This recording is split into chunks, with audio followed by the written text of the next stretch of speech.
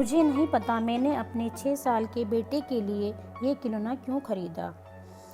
It was a teddy bear, it was a talking teddy bear. जब उस teddy bear का पीछे से बटन दबाया जाता था, टेडी बियर से आवाज़ें निकलती थी।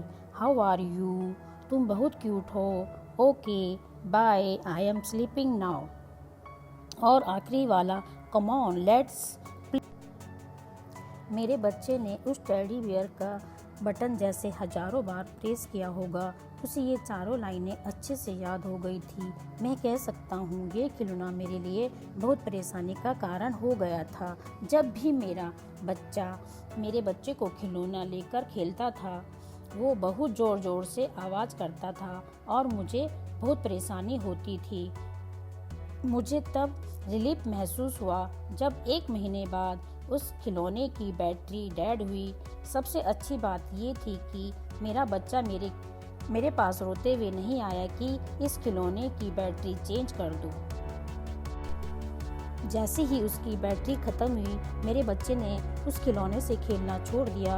मैंने उस खिलौने को टॉय बुकेट में डालने के लिए उठाया तो उसके स्पीकर से आवाज़ आई, क्या तुम्हें याद है जब मैं तुम्हारा बच्चा हुआ करता था?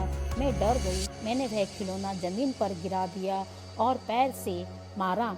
मैंने वह खिलौना उठाया और पीछे वाला बटन दबाया और कोई आवाज़ नहीं आई।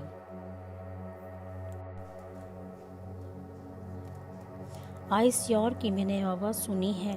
मैं अपने बेटे को बुलाया और मैंने उससे पूछा, इस खिलौने ने कभी कुछ अजीब बात कही है? तभी मेरे बेटे के हाव भाव अजीब से थे। वो थोड़ा एक्साइटेड और थोड़ा सा डरा हुआ भी लग रहा था। उसके हाव भाव ऐसे थे जैसे मैंने कुछ अजीब सी बात पूछ ली हो, जिससे कि मैं एक ट्रूथ अनकवर करने वाला हूँ। ऐसी चीज़ जो वह मुझे बताना चाहता हो पर वह कह नहीं पा रहा है। मेरे बच्चे ने वह खिलौना लिया और किचन में रख दिया ताकि वो हमारी बातें ना सुने। वह वापस आया लिविंग रूम में। मैंने अपने बेटे को कभी भी ऐसे बिहेव करते नहीं देखा था। मेरे बच्चे ने धीमी आवाज़ में मुझसे कहा, कभी कभी वह टेडी बहुत ही अजीब बातें करता है। वह कहता है कि वो हमें मार देना चाहता है। मैं आपको बताने से डर रहा था। आपको उस खिलौनों को तोड़ना होगा। मैं अपने बच्चे को शांत रहना और लॉजिक सिखाना चाहता था। मैंने उसे एक्सप्लेन किया जो आवाज़ें उस खिलौने से आती हैं, जो कि वियर्ड और अजीब हैं, वो किसी की तो आवाज़ है फैक्ट्री से जो हमारे साथ बैठकर प्रैंक खेल रहा है। ये खिलौना हमें सबूत के तौर पर चाहिए होगा। लेकिन मेरे बेटे की आंखों पर जो फेयर था वो देखकर मुझे पता चल रहा था कि वो मुझे बिलीव नहीं कर रहा है। हम दोनों किचन के अंदर गए। मेरे बेटे ने उस खिलौने को किचन टेबल पर रखा था, लेकिन जब हम किचन में एंटर हुए तब वह खिलौना किचन डोर के सामने था।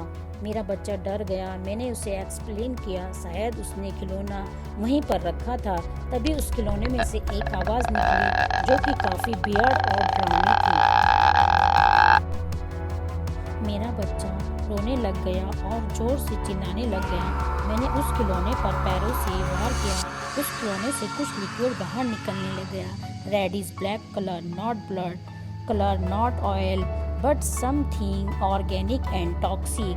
तुम्हें अपने बच्चों की बात नहीं सुननी चाहिए थी। अब तुम अकेले हो। ये आवाज़ मेरे पीछे से आई। जब मैं पीछे मुड़ा, मैंने देखा मेरा बच्चा जो काफ़ी बड़ा हो गया है। I was shocked. ये मैं क्या देख रहा था? मेरे बच्चे के पैर जमीन पर नहीं थे। मेरा बच्चा हवा में फ्लोट कर रहा था जो जादू सा लग रहा था। जो चीज़ उस खिलौने के अंदर थी, अब वो चीज़ मेरे बच्चे के अंदर थी। वो मेरे बच्चे की बॉडी को कंट्रोल कर रही थी। मेरा बच्चा ऐसे हंस रहा था जैसे कोई न्यू बॉर्न बच्चा करता हो।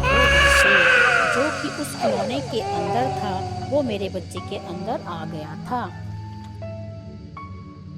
वो मेरे सामने दरवाजे से बाहर निकला। मैं ये चीज़ शौक में देखता रह गया। आखिरी बार मैंने अपने बेटे को जाते देखा, लेकिन कभी कभी जब मैं रात को अकेला होता हूँ तो उस हंसी की आवाज़ सुनाई देती है।